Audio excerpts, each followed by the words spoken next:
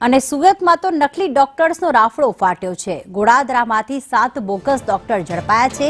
Degree વગર દવાખાનું ચલાવતા ડોક્ટર્સ ઝડપાયા છે। એક મહિલા પણ તેમાં સમાવિષ્ટ હતી।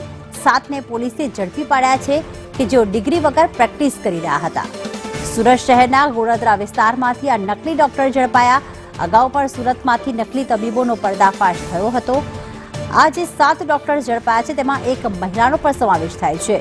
કોઈપણ પ્રકારની તેમની પાસે ડોક્ટરની ડિગ્રી છે જ નહીં અને દવાખાનું ચલાવી રહ્યા હતા।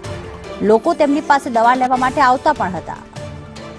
તો બે એવા દ્રશ્યો આપ જોઈ રહ્યા છો કે જ્યાં સુરતના ભેસ્તાન વિસ્તારમાંથી આજે 4 બોગસ ડોક્ટર ઝડપાયા અને હવે બીજા 7 ડોક્ટર ઝડપાયા છે કે જેઓ નકલી છે। એટલે કે 24 કલાકની અંદર 11 જેટલા બોગસ તબીબો ઝડપાઈ આવ્યા છે કે જે કોઈપણ પ્રકારની ડિગ્રી વગર અને પ્રેક્ટિસ કરી રહ્યા હતા।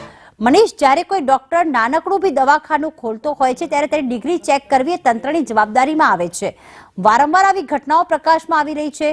કઈ રીતે બાતમી મળી હતી? હાલમાં શું અપડેટ આ ઘટનામાં?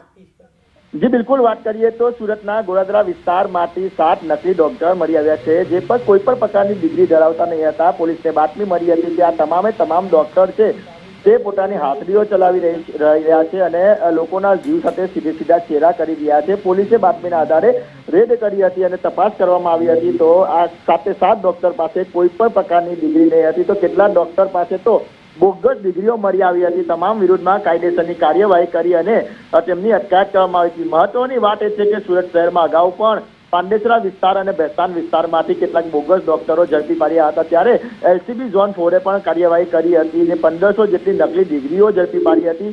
આ તમામ જે ડોક્ટર હતા એ સુરત અને સુરતને બહાર ગુજરાત સહિતના દક્ષિણ ગુજરાતમાં પ્રેક્ટિસ કરતા હતા। ત્યારે આ નકલી ડોક્ટરો અત્યારે ઝડપાયા। મનીષ, ડોક્ટર તો ઝડપી લેવામાં આવે છે પરંતુ આખરે 1500 ડિગ્રી બનાવી કોણે આપી, કઈ યુનિવર્સિટીમાંથી બની છે એ અંગે કોઈ ખુલાસો થયો છે? જી બિલકુલ, વાત કરીએ તો અગાઉ જે રીતના તમને વાત કરી તો અગાઉ જે ઝોન 4એ કાર્યવાહી કરી હતી અને આ તમામ જે ડોક્ટર પકડાયા હતા ડિગ્રી આપનાર હતા એ રસેશ ગુજરાતી હતા, માસ્ટર માઇન્ડ હતા અને બીકે રાવત હતા અમદાવાદના। આ જે લોકો છે લોકોને ડિગ્રી આપતા હતા અને તેની હાથરી ચલાવતા હતા। તે જ લોકો છે ડિગ્રીનો દુરુપયોગ કરીને લોકોના જીવ સાથે ચેરા। બિલકુલ, આભાર તમામ વિગતો માટે।